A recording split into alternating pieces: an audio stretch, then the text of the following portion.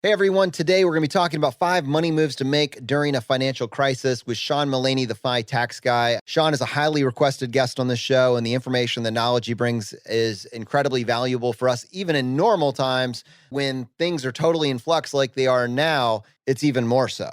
And we're going to hop right into the content. But before I do that, I want to let you know, even as you're listening to this, if you have follow-up questions, if you think we missed something, glossed over something, or you want to go deeper on a particular topic, Sean is going to be joining us this Saturday. This is a live event this Saturday, May 16th at 3 p.m. Eastern Time to take those additional questions and go deeper on any particular topic with the audience. So if you're listening to this, you have questions, please write them down. Don't lose it. Those questions are important, and bring the interest, bring the engagement with you to the live event this weekend. To register for the event, go to choosefi.com/live. And with that, welcome to the ultimate crowdsourced personal finance show. This is Choose FI.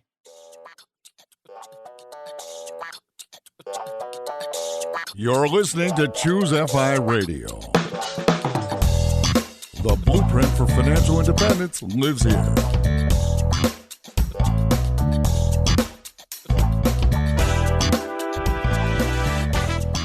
If you're looking to unlock the secrets to financial independence and early retirement, you're in the right place.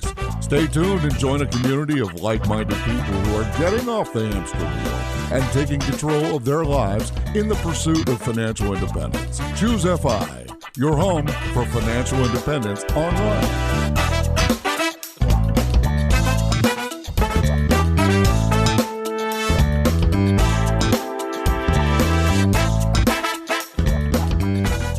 Everyone, we recently did an episode called Capital Gains Harvesting, and we released the episode in early March. And as many of you, if you have a calendar or a pulse right now, are aware, March was a very interesting, volatile month. Several of you messaged us and said, all right, great, love the content. Sure, it'll be useful at some point, but right now I could really use a deep dive on tax loss harvesting. So we're going to do you one better. We're bringing on Sean Mulaney, the FI tax guy, and we are going to be doing a deep dive into tax loss harvesting and other money moves that you should make during a financial crisis. I know we mentioned tax loss harvesting, but what really stood out to me is one of the things that you said, you know what you really should be telling people is stay calm. So why don't we just put at the top of the list on money moves to make, stay calm as your number one thing. Let's talk about that. Yeah, Jonathan, a lot of what we talk about in the FI community are fundamentals. And the idea behind a fundamental is it applies in a whole host of circumstances. It doesn't just apply in 2019 and 2018 when the stock market is fat and happy, right? So sometimes I think we need to step back and say, okay, there are these terrible events that are occurring in the country, but does that really affect my personal finance? And the answer might be it doesn't, right? I might be still working at home. My expenses might actually be a little lower than they were before. Or maybe they do, but they do in limited ways. And I still need to use the fundamentals that I've been working on for several years now to address this situation, right? There's plenty of time to panic. Please do not panic, right? Use the fundamentals first. Please stay calm during this time. And I think that's going to serve many members of our audience very well. So Sean, I'm curious, let's talk through those fundamentals from your perspective. Obviously, we have our ideas here at Choose FI, but I'd love to hear, what do you tell your clients? Because almost undoubtedly, you've had people come to you who have been saving during good times. And now, oh, wow, I'm seeing my net worth drop 10, 20, 30%. What do you talk to your clients about those fundamentals? One term I'll use is long-term, meaning you should be making financial decisions that are based on your long-term objectives and the long-term lessons of history, not based on what was in the newspaper yesterday or what's on the internet today. So I think you need to step back and say, what are my long-term objectives? Let me keep to my financial plan that is based on both my long-term objectives and the long-term lessons of history. Another fundamental I'd say is don't look at your statements. We talk about in the FI community a FI number, right? And we can debate what that number should be. And we can talk about things like the 4% rule. And these are very useful tools as we start thinking about these issues. One thing to keep in mind, you are not going to need your portfolio on any one day. The whole idea of building up a FI number or a significant net worth or whatever you want to call it is that it will support you over many years. And so the idea is, look, you're going to build up a large nest egg of assets. You will take essentially microscopic withdrawals every day, every hour of the rest of your life, right? So if I'm taking a very tiny piece out to support me in 2 weeks, why do I care what the portfolio balance is today versus yesterday versus tomorrow, right? There's a lot of noise, and we have to sort of strip away that noise and say, what are my long-term objectives, and what do the long-term lessons of history teach me in terms of generally achieving my long-term objectives? Yeah, and I think what comes through here and stay calm is that you may use the opportunities, the lessons that are coming from coronavirus and what we're seeing in the economy. That may tell you that you don't have the tolerance for risk that you thought you did, and you might want to make changes, but that's something for the future. That's not something that you want to address in a state of panic right now. Right now, Yes. you want to take that long-term view and stay calm, stay the course. Let's go ahead and move gears. We really wanted to put the focus on tax loss harvesting. And as we were sending this over to you to say, let's break this down, there were two kind of avatars or personas that came to mind. One is an individual that just wants to know, how do I intentionally pursue tax loss harvesting? Like, what does that mean? What are the implications? What's the why, and how do I do that in the most optimized fashion? And then the other, and we'll come back to this as part 2 of this conversation, is the accidental tax loss harvester, the individual that in Mark panicked or was forced to sell some portion of their portfolio, and as a result has created a capital loss, has realized a capital loss. And maybe now, much later, they didn't know how to safeguard or protect that. Maybe they just followed their normal plan. And now they're wondering, is there any way now, months and months later, for me to optimize on that? So let's talk about part 1 too. What is tax loss harvesting? So tax loss harvesting is taking advantage of losses in your portfolio. And when I say portfolio, I mean taxable accounts. I do not mean losses in your IRA, your 401k, your 403b, Roth. It's only taxable accounts where you can do tax loss harvesting.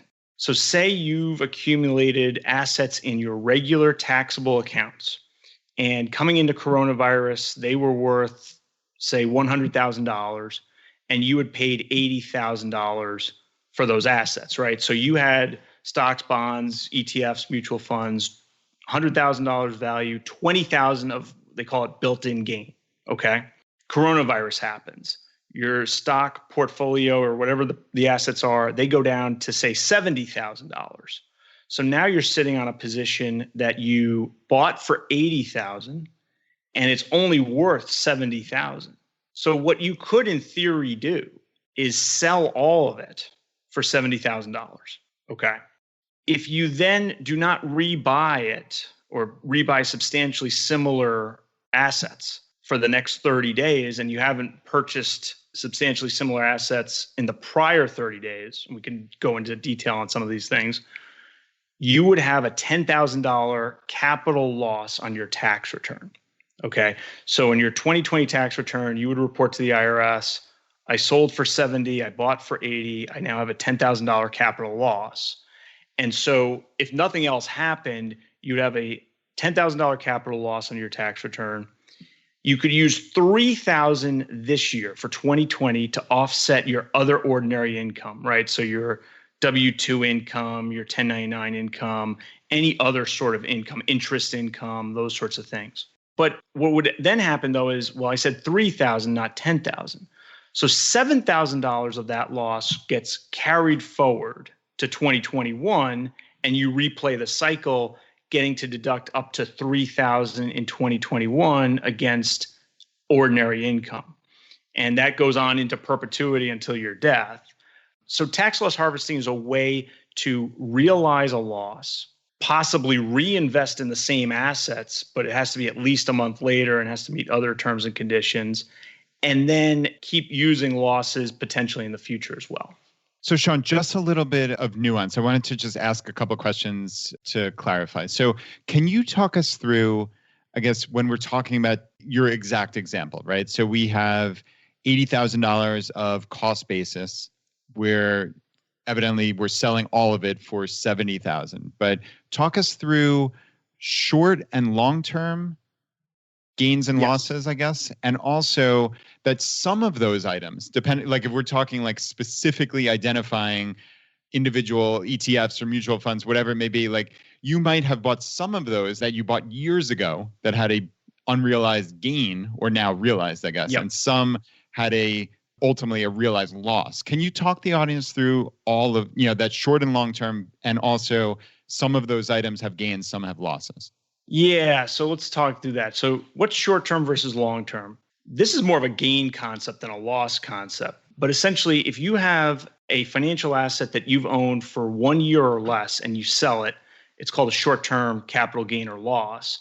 The big problem with a short-term capital gain is it's taxed as ordinary income, right? So long-term capital gains, those assets that are gain assets that you had for over a year, those things qualify for preferred federal tax rates. So 0 if you're below a certain income threshold, and then 15 and 20%.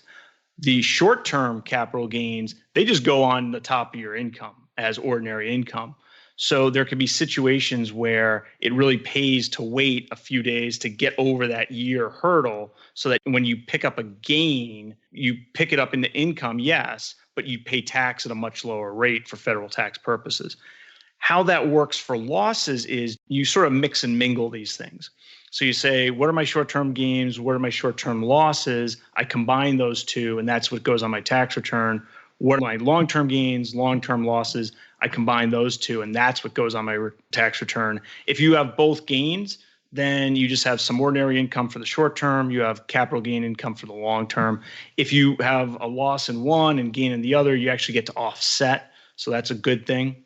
In terms of your second question, Brad, one thing you really need to do before you pull the trigger on any tax loss harvesting is you need to go into your brokerage account.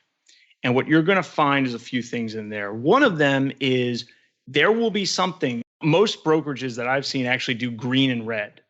So it will show your cost basis, the current fair market value, and it'll show your unrealized gain or loss. And usually there'll be like a little plus or an up arrow and green font for gains, and the opposite, red font and a minus or a negative arrow or a downward arrow for losses.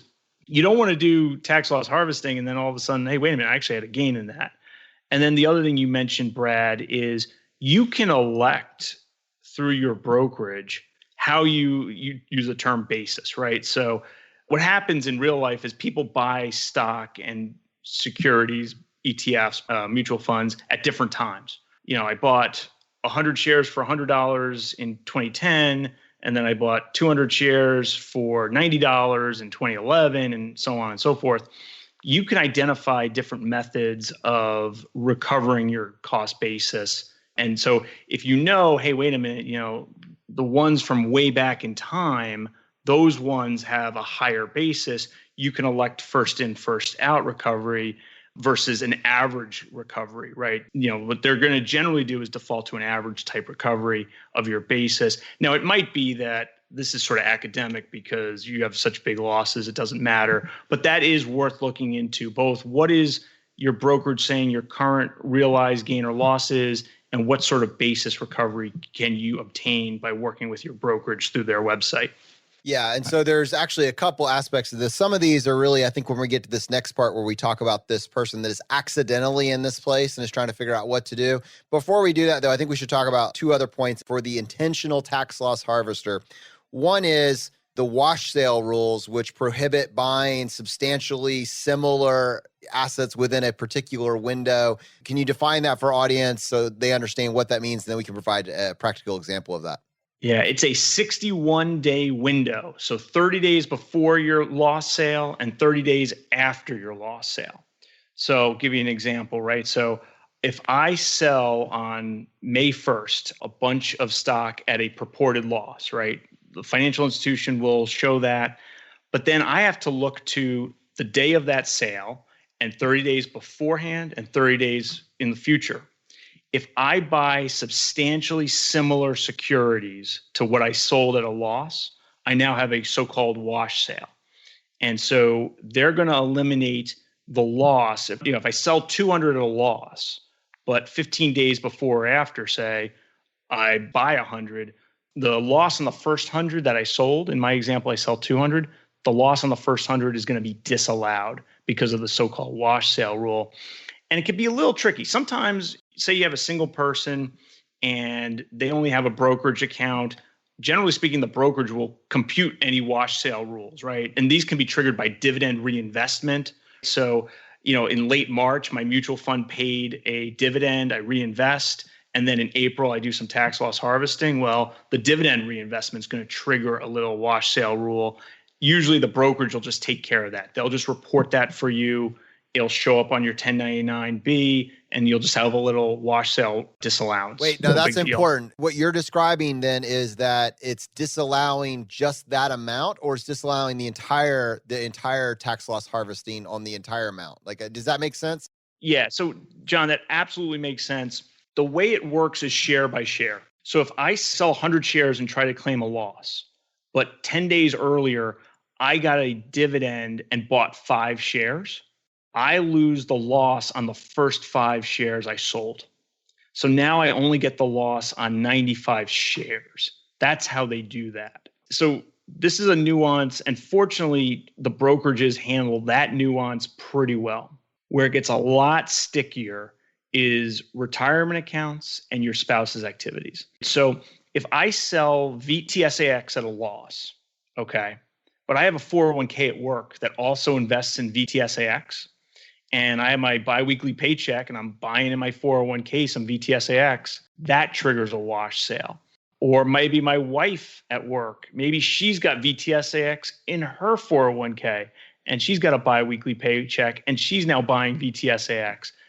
That triggers a wash sale. On my sale, it's our joint return in most cases, right? That's going to trigger a wash sale. So these rules, they start off sort of simple with that little dividend reinvestment in my brokerage account.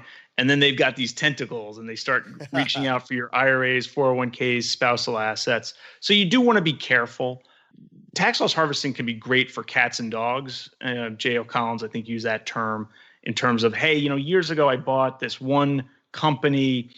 It's going to be a lot less likely that you're going to trigger wash sale because the odds that your spouse or your 401k has that asset, not as likely. But if it's a widely traded mutual fund, it can be a little tougher. So Sean, you made a great point talking about cats and dogs, but like for a lot of people in the audience, VTSAX or a total stock market index fund of some sort is probably what a lot of their investments are in if they've listened to this show. And I guess I just want to pick your brain on this. Like when you own VTSAX, you own all the companies. That's the point, right? I mean, the point is that you own them all. So when you're now talking about wash sales, my understanding after doing a little bit of research, I look at what Physician on Fire has advocated for because he does this very intentionally, and White Coat Investor, similar as well. And what they have said is for themselves, it needs to track a different index, even if it's somewhat similar. So they feel like that line for them, and this is a moving gray target, but that line for them is if they move back and forth even between something like the S&P 500 and the total stock market, so VTSAX versus whatever the ticker is for the S&P, that is enough of a delineation to not trigger a wash sale. And then they basically have an amount that will allow them to move in and out of one to make sure that on a regular basis, they're able to capture this loss. Does that meet the sniff test for you? Yeah. So I think, Jonathan, it's important to point out none of what we're saying is particular advice for any taxpayer. I think what we're touching on, though, is a area of gray, meaning there is I can't give you a regulation or an IRS revenue ruling on total stock market index versus S&P 500. I certainly think there's merit to the position, though, significant merit to the position that the total stock market index that Vanguard has is largely composed of the S&P 500, but certainly not exclusively so. And so I think if you're trying to say that the S&P 500 is not substantially similar to the Vanguard total stock market index, I think you've got a really solid position there. Your mileage may vary and different practitioners may look at it a different way, but you certainly want to have at least some distinction in those funds. This is actually what I really wanted to communicate. That position would be probably a stronger position than someone going back and forth between Vanguard's total stock market index and Schwab's total stock market index, right? Very much agree with that. Yes. Yeah. So this is kind of the nuance that I wanted to add. They are tracking different index. indexes, Brad? Am I Indices. Indices. Nice. Hey, Sean, I wanted to go back real quick to your example. Again, this person had $80,000 of cost basis. They sold for 70. So they have this $10,000 loss, right? $10,000 capital loss. You said that they can offset 3,000 of that in a given year against their ordinary income, which is a big benefit, right? So it's not against long-term capital gains. It's actually against ordinary income at ordinary rates, right?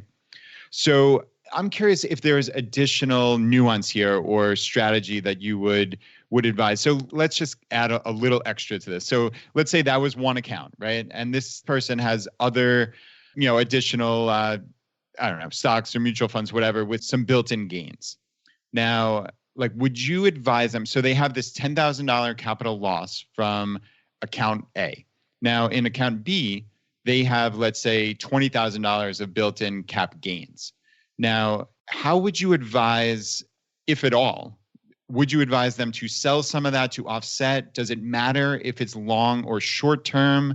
Because like we said, that capital loss can go against ordinary income, even if it's future years, right? So there's some additional nuance here with time value of money and when so there's a lot of different things to balance. And I'd love to hear your thoughts and what you would advise someone in a situation like that. Brad, yeah, that's a great example. You're sitting on an already triggered $10,000 capital loss. If you do nothing else, you can only use $3,000 this year and then $7,000 in the future. But you're right. If you were to trigger another $10,000 capital gain, you could shelter all of that $10,000 capital gain, and now you just net to zero this year. There's just no tax on the sum of it, right?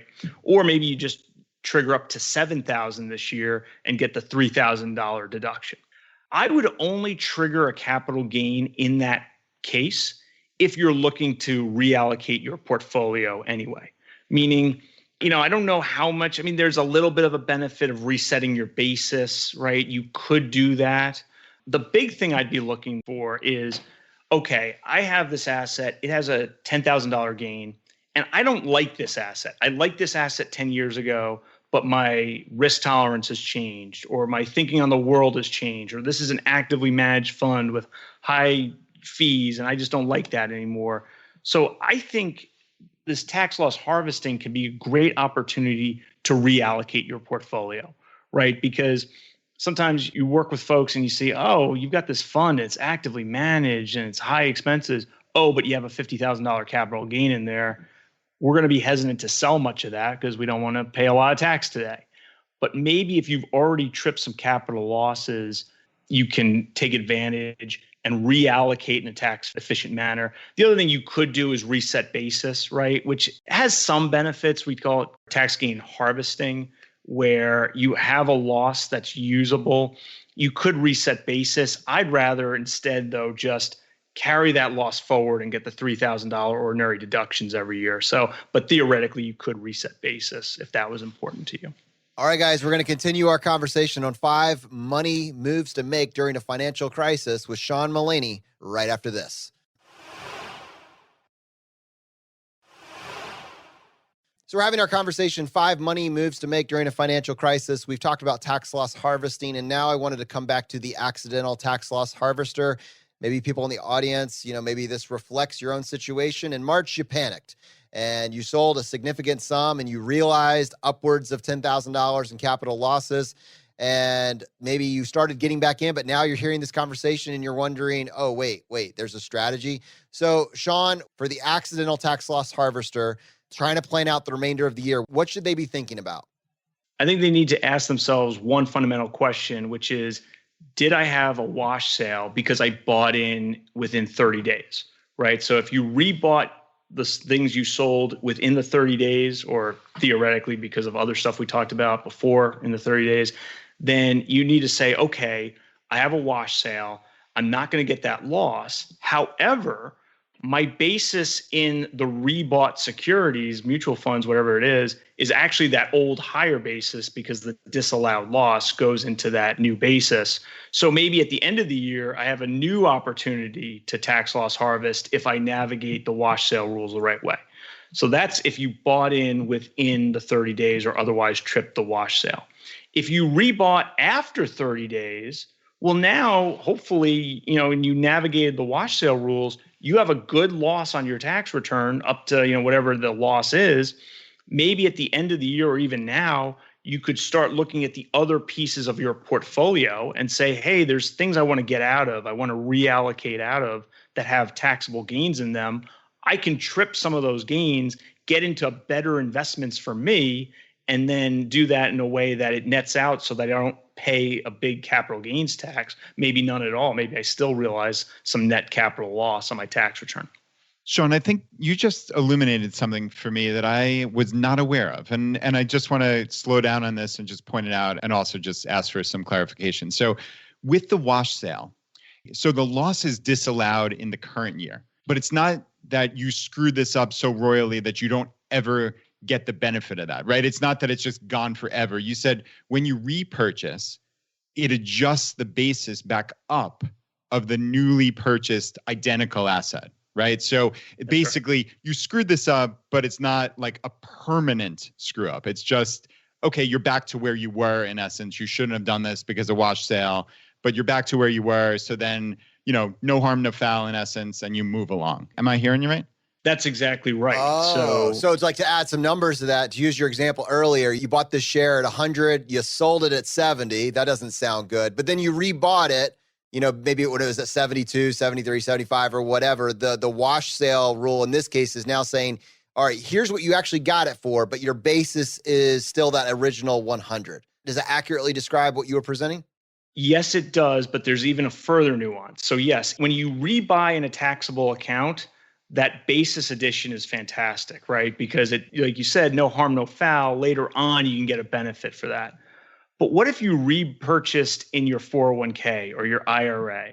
There's all sorts of questions theoretically about where does that basis go? And it probably goes onto the assets you rebought in the IRA or 401k. And that's useless basis, right? You never have a capital gain when you sell assets in an IRA or a 401k. So the basis sort of makeup for the wash sale rule is great unless you're messing around in your retirement accounts. And that's where it gets sort of painful and the loss is disallowed and you don't get really any makeup for it.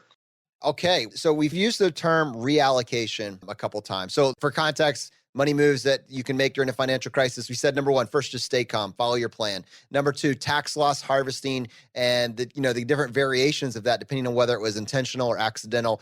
Point number three, reallocation. And let me give you some context. I saw someone in the Facebook group basically saying, hey, I've been with this advisor that's been charging me a 2% assets under management for years. I've been trying to figure out when to move over, but it's going to be so expensive to do that. And now I'm wondering, actually, right now with what's going on in the market, is this a good time? Yeah, and let me just start out by saying I'm not providing investment advice for anyone in this audience, right? I'm providing some general thoughts here. Talk to your own advisors for investment advice for your own situation. But yeah, let's say you're in that situation, okay? It may be that with your old advisor, you look at your portfolio and it's like, look, I've got all realized losses now. Or I have a little realized loss, little realized gain, no big deal. So it's not so much tax loss harvesting you're going to do. It's just, I'm just going to sell out of all that stuff and invest in a portfolio that I like. Maybe I read a book and they have a more passive portfolio and I like that portfolio, or I've come up with my own asset allocation. Well, it's, look, you're taking advantage of a drop in value to get out tax efficiently to then reallocate.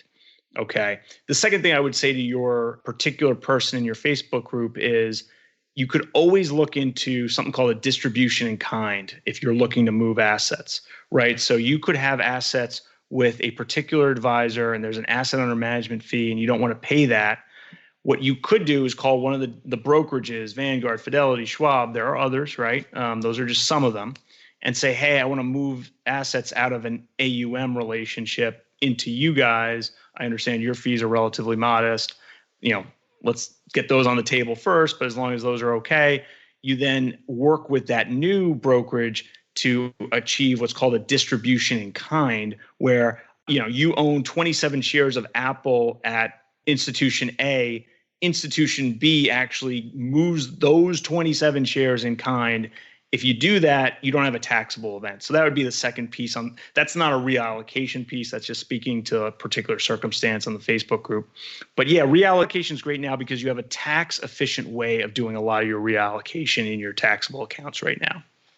The other aspect of this is the volatility that comes, and the market's moving around a lot. And ideally, this happens in one instant, but it sounds like there's some friction involved between getting out of account one and going into account two. Are there any best practices there in terms of minimizing, how long you're out of a market, like catch a falling knife or miss the, best day ever?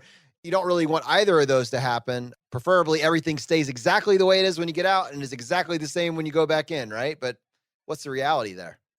Yeah, the reality is in most cases, there's going to be a few days lag. And I think, if you look at, J.L. Collins has that great chart in his book, The Simple Path to Wealth, right? Where it goes back into, I believe, the 19th century. And it has the little tick marks for the oil crisis and 9/11 and Vietnam and everything. And you see a long-term trend line. And so, Jonathan, I acknowledge your point. Right, there is going to be risk, and you have to understand that there is always risk when you sell something on, Monday to rebuy on Thursday. We talked about this in the Facebook Live event around 401ks and moving between institutions, rollovers, and those sorts of things. So I'd say the best practice is to work with the receiving institution, right? Their interests are most aligned with yours. So pick up the phone. Don't over rely on the internet on this. Pick up the phone, talk to a human being at the receiving institution. They've got incentive to work with you to make this as fast as possible, and they'll know in their circumstance how long it usually takes. Hey, Sean, question about the distribution in kind, right? So if it's shares of just a company, like you said, Facebook, Apple, Amazon, something like that, I can see that being fairly straightforward and you're not having to liquidate. But let's say it's some kind of proprietary mutual fund or something, like the brokerage that you're moving from, it's their name on it. Have you seen in general practice, do they allow that to move over? Do you get clobbered with fees? Are there best practices to work with a scenario like that? Yeah. So what you're going to want to do, Brad, is go to your receiving institution, the new institution, and say, here's my portfolio at the old institution. What can you accept? And what you're going to find is, in many cases, especially if it's well-diversified, broadly held mutual funds, or even a lot of the individual equities, they're going to be able to accept most of it. But a lot of times they'll be, especially if you've got a 20, 30 fund portfolio, there's going to be a handful where they're going to say, we're not actually able to accept that into our brokerage platform. And so at that point, you have to do a balancing act, right? It's tax versus investment allocation. You might say, look, I don't like having this particular asset, but I am not willing to trigger that capital gain. Or I don't like this asset, and I'm only willing to trigger some capital gain. Or it might be, look, this asset is an asset I like having, so I just won't move it over. And, tax consequences, that's a secondary consideration. So you do have to balance considerations in that type of scenario.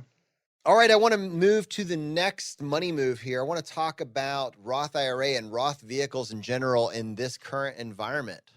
Yeah, Jonathan, I think in the coronavirus downturn, there's an emergency preparedness lesson to be learned. And I talk about this in my most recent blog post, An Ode to the Roth IRA. It's not going to be surprising to hear that I'm fond of the Roth IRA. After all this has gone down, I'm even more so fond of it because we've talked about Roth versus traditional in the FI community ad infinitum. I think the Roth IRA gives you particular characteristics that are helpful in an emergency. And, I've posited on my blog post, well, what if you had $1 million in a 401k and like a $10,000 emergency fund and that's it? And then coronavirus strikes, right? Well, sure, you've got that emergency fund and that might not be enough. What if you have to tap into that 401k and you're not age 59 and a half? That can get messy quickly from a tax perspective because there could be income tax and a 10% penalty. But also, if you're still at the employer, you may not be able to get into that 401k. They are not required to let you take in-service distributions. They're not required to let you take a loan. So I think the Roth IRA has some really good emergency preparedness aspects. The big one is contributions. You can take your contributions to your Roth IRA back anytime for any reason, tax and penalty free. Now, I'm not advising you do that, particularly if you're under age 59 and a half, right?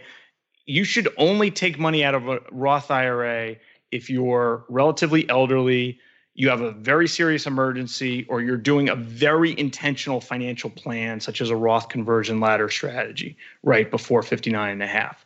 But I love the idea that you can save for retirement and have something you can go back to in an emergency to get the money out tax-free, penalty-free, and not having to worry about your employer and their plan rules for distributions, right? You call your discount brokerage, Fidelity, Vanguard, Schwab, whoever it is, and say, hey, give me some of those contributions back.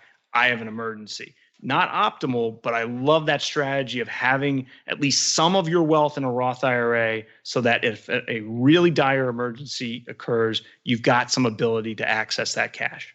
So Sean, tax and penalty free, that's fantastic. Obviously, this is post-tax dollars that went into the Roth IRA. So it makes sense that you're not paying tax on it again. And that's a huge piece of nuance, that there's no penalty when you're pulling out your contributions. And now that's for no matter how many years in the past. So if you've been contributing for the last 20 years and you've put in, I don't know, $5,000 each year or thereabouts, you have $100,000 then in this scenario of contributions.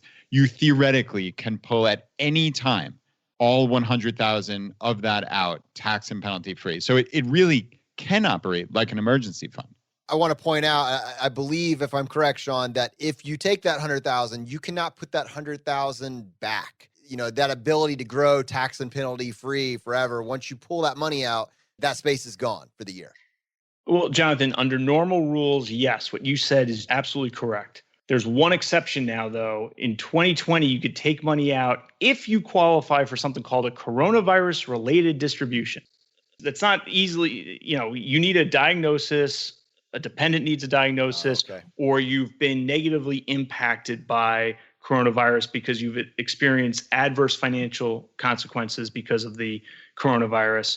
And again, that's a little subjective, so I don't want to do tax planning into that, but certainly I can lifeboat into that, right? But yeah, I think, look, you don't want to take money out of a Roth IRA if you can avoid it, but it's great to have that there. And let's even just contrast that right now to the Roth 401k for a second. Roth 401k is great too, right? All these retirement accounts have a lot of great things for taxpayers. Roth 401k, though, is subject to the rules of your workplace. So they may not allow loans. They may not allow work in-service distributions and those sorts of things. So the Roth IRA has a lot of advantages over the Roth 401k vis-a-vis emergency preparedness. And I'm not here to say the only thing you invest in is the Roth IRA. Far from it. I'm just saying that as a significant tool in everybody's toolbox, pretty much, I think the Roth IRA needs very strong consideration. Now, let's look at the practicalities of that choice. So what's interesting, when you talk about the Roth 401k versus the 401k, that's an either or. You can do the Roth 401k or you can do the 401k. When you're talking about a Roth IRA versus those other two vehicles, it's and. You can do the 401k and the Roth IRA. So let's just talk about limits here, income limits. With the Roth IRA, married filing joint, I believe the upper limit of eligibility is approaching $170,000 a year. If you make that or less, you're eligible to contribute to a Roth IRA. I know you're going to check my math and definitely let me know that if I'm close. But that means, for someone that's up at that, making over 100,000, and maybe even closer to the upper end, they're going to be finding themselves in a 24% marginal tax bracket.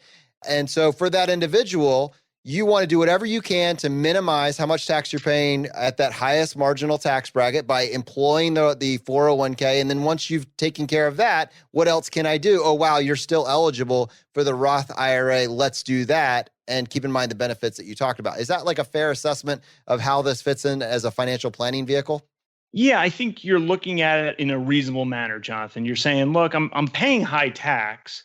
So yeah, I've got a $19,500 401k at work. I could max that out and get some really good tax benefits. But first of all, there are other ways to save for retirement, and I might need some emergency preparedness.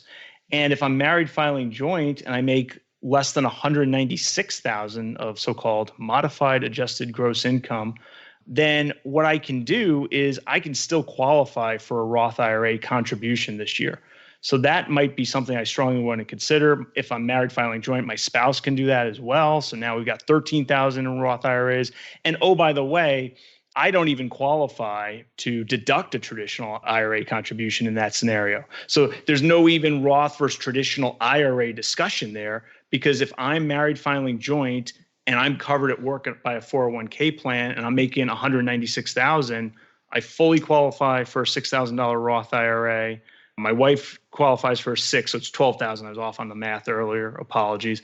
But I do not qualify to deduct my own $6,000 traditional IRA contribution. So why would I do that? I just do the Roth contribution, and then I've got $6,000 that I myself can access in the future, tax and penalty free, anytime, any reason. All right, Sean, there was definitely a lot there. So let's just slow down and just clarify really precisely. So let's talk just about the option to choose between a traditional IRA and a Roth IRA. So as I understand it, the income limits for a traditional IRA are significantly lower than that 196 you said for the Roth IRA. Yes, Brad. And in fact, it's funny you say that, because the income limits for traditional IRAs are around the ability to deduct a traditional IRA contribution. Anyone with any earned income can make a traditional IRA contribution, right? So you can be Tom Brady making $30 million with the Tampa Bay Buccaneers and be covered by the NFL 401k, and you can make a $6,000 contribution to a traditional IRA. You can't deduct it. In fact, to fully deduct a traditional IRA contribution when you're covered by a retirement plan at work, your modified adjusted gross income in 2020 needs to be $104,000 or less. Gotcha. That makes sense. So clearly, in a perfect world, or at least in my perfect world, I'm all about the tax deduction now. So I would love to max out my 401k at work and a traditional IRA, but clearly, if you can't because the income limits, you don't want to put in and not get the deduction. That does not seem to make any sense to me. So your contention of Roth IRA being just a wonderful vehicle, I mean, that makes a heck of a lot of sense, especially for people in the FI community, right? Who maybe already have significant savings and they're just looking for another place to park this, right? And Roth IRA, while you're not getting a tax deduction now, that does grow tax-free, and you can pull it out tax-free in the future after 59.5. Obviously, as we've said, you can pull your contributions out at any point, but the growth after 59.5, you can pull that out tax and penalty free. That's generally right, Brad. There is a 5-year rule, right? The account has to be 5 years old, and you have to be over 59.5 to pull out your earnings tax-free. But that's usually not going to be a problem. If you set up any Roth IRA in your 20s or 30s, you'll meet that 5-year rule by age 59.5 very easily. We've mentioned these 4 vehicles: traditional IRA, Roth IRA, Roth 401k, and your regular traditional 401k, if you will. What's interesting about that, especially when you're talking about traditional IRA versus Roth IRA, really to be eligible for the traditional IRA, almost by definition, you're going to be in a lower marginal tax bracket to begin with. And if that's all you're looking at for individuals that are in these lower marginal tax brackets, 12% or less, even though they could technically contribute to a traditional and get that tax break now, that tax break is relatively marginal, pun halfway intended, and it might be worth it to bite the bullet and just go Roth. And it's kind of the same conversation for the Roth 401k versus the regular 401k. You know, if you're in a 12% or less marginal tax bracket, you could make a compelling case for, either or. I mean, you really could. But certainly as you find those marginal tax brackets proceeding up higher and higher, you're talking now about 12%, you're talking about 22%, you're talking about 24%.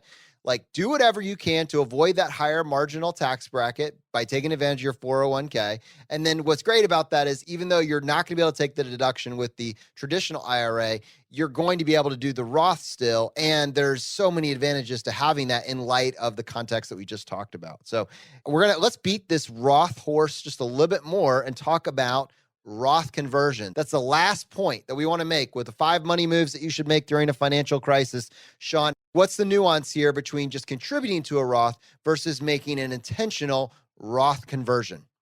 Yeah, so Jonathan, this deals with money that you already have in traditional retirement accounts, traditional 401k, 403b, traditional IRA, those types of accounts. 2020 is a year of somewhat depressed asset values. And it's also a year for many folks of lower income, unfortunately. And so there is some tax planning that can be done in down years, and Roth conversion planning is the big one. It might be that, you went from $100,000 of W-2 income this year to $50,000. And between you and your spouse, you're now in a lower tax bracket. And so you say, hey, you know what? We're now in a lower tax bracket. We have some old traditional IRAs over here, some old 401ks. Let's start converting some of that to Roth while we're in a lower tax bracket. You have to put some numbers to paper here. Well, am I really in a lower tax bracket? Those sorts of things. Definitely think you should put some numbers to paper on this one. The other thing to keep in mind is Roth conversions are irrevocable. So if you listen to this podcast, you say, oh, wow, Roth conversion, that's a great idea. I've got 10,000 in an old traditional IRA. I'm just going to convert it right now. You can do that. I'm not advising that you do or don't, but if you do it, you're stuck with it. So what I generally tell folks is what you might want to do this year is wait to the fourth quarter, really understand what your income is going to look like this year. And then as you have a much better idea of what 2020 looks like for you, and you say, oh, wow, I'm in a much lower tax bracket this year. I've got room to fill up that bracket. Maybe in the fourth quarter, pull the trigger on some Roth conversions. So to add some flavor to this, the individual that thought they were going to make, 100K this year, maybe now the year's looking a lot more like 40. Well, let's kind of paint this picture of what this might actually look like practically. You have a family with 3 kids, so married, filing joint, 3 kids. So you got 3 child tax credits at play. If you were to do like a free money calculation, and we've kind of done this in the past, what that might look like, they have up to $78,000 in money that after you incorporate the child tax credit in, they're paying a 0% federal income tax. They thought they were going to make 100. They're only making 40. That means that there is a space there of about $38,000. They have 401ks that they've been accruing for the last 5 or 10 years. You're saying that in Q4, just based on this very limited data that we have, there might be a play here to roll $38,000 out of a traditional retirement account, a pre-tax retirement account, and take the hit. But the hit, because they're in a 0% tax bracket, is 0. And they could get all that money into a Roth, and that's tax and penalty free, and it's growing tax-free for the remainder of their investing timeline until they need it. And that's just like clearly the most optimized example. There's another example where maybe they're paying a smaller marginal tax bracket and they're willing to bring some money to the table. But this is the mindset, and this is the overall play, with the benefit of this being kind of in November, December, and saying, oh, I know what we're going to make, and there's the space here in our marginal tax brackets.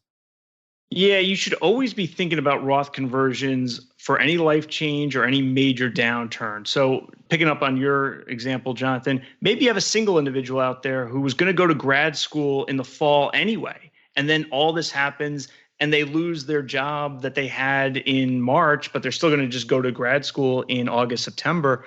Their income might be super low that, they could use the standard deduction or the lifetime learning credit, tools like that, where they could trigger some Roth conversion income from the traditional account going into the Roth and still be at a federal 0% tax bracket.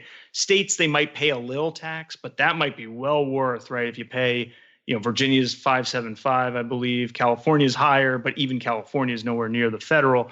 So you might have all sorts of situations where your income is going to be lower for a variety of reasons this year. Why not use that Roth conversion planning to fill up at either a 0% tax bracket or a very low 10 or maybe even 12% tax bracket? Get all that future growth into a Roth now while you're a relatively modest taxpayer. And Sean, that's a really important point about the state tax, right? So Jonathan's talking about the nuance here. We didn't run the numbers, but let's just use that as 78,000. I know Jonathan has done the math previously. He's talking about a married filing joint. So you're talking standard deduction and then kind of turning the child tax credits into, in essence, like how much taxable income you could have to get down to 0. So that's where we're going with that. But so that's all on the federal side, but that's still taxable income for the state side, and it's still at the state income tax rate. So if we're saying like, okay, in a scenario where someone lost their job and, clearly there's not great financial times now, and they're thinking in the back of their mind, oh, but I can do that conversion. I don't want them to be in a scenario where 78,000 times 6% state tax, right? Like, while it's still a small amount of money, it's not going to be entirely tax-free, right? They do need to consider state. Yes, absolutely. Consider state. What I'll tell you, though, is so the states generally have lower standard deductions than IRS federal, right? So they're going to start paying income tax sooner. But most states are progressive as well, right? So, your first rate of tax might be 1% or 2% up to, depends on the state. California is generally being the highest. And then there are some states, Texas, Florida, Tennessee, others, where there's no state income tax. So for a good chunk of our listeners, this part of the conversation is entirely academic. But yeah, so you always want to keep the states in mind. But like you said, Brad, the numbers may turn out, there's taxable income, there's some tax. But if you could do it federal tax free and pay, say, a 4% state tax rate, I think future you is going to be very happy with 2020 you for paying 4% tax that future you will entirely forget. Yeah. And I think to Brad's point, and I'm glad you brought it up, is to clearly we look for these examples where it's so extreme and it's so optimized that it's at zero.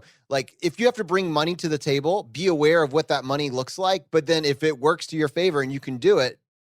Like, it could still make sense. It doesn't have to be a 0% tax conversion in order to make sense, to Sean, to your point, for your future self.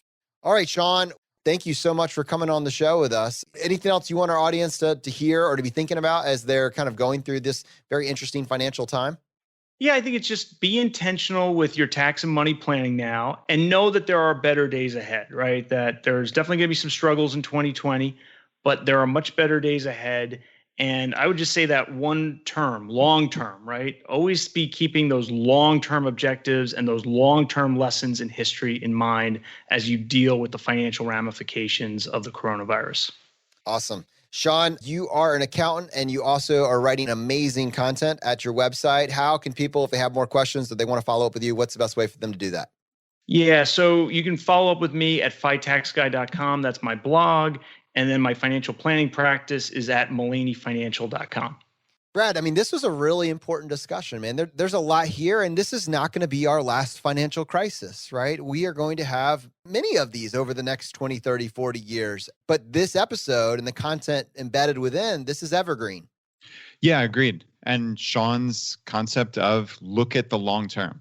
I mean, that is music to our ears here at Choose FI. I mean, that is how I conceptualize the entire FI journey. Is look at the long term, figure out what are your objectives, look at history, and move forward rationally and intentionally. And yeah, I just love that he led with that. And of course, we dove into some real specifics here that I think will be helpful for people.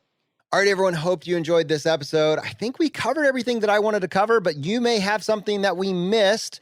And let me give you 2 action points here if that is the case. 1 for review. You can access this episode and the show notes with all the links at choosefi.com/205.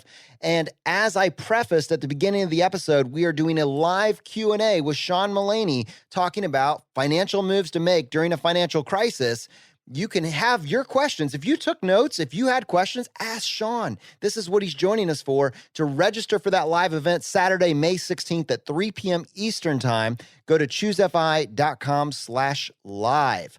And if you're hearing this after the fact, you can watch the replay there as well. I genuinely think the strength of this show has always been our audience. The knowledge that is contained by this audience is unbelievable. It's a privilege to be able to bring you content week after week. But that means that this episode, it was limited to, Brad and my knowledge base. If you have a place or a direction that you want to go farther with, if you have some nuance that you want to add, a correction that you want to make, this is the perfect opportunity, and we want you to be there for it. One last time, to register for the event, go to choosefi.com/live. All right, my friends, stay tuned, stay subscribed. We'll see you next time as we continue to go down the road less traveled.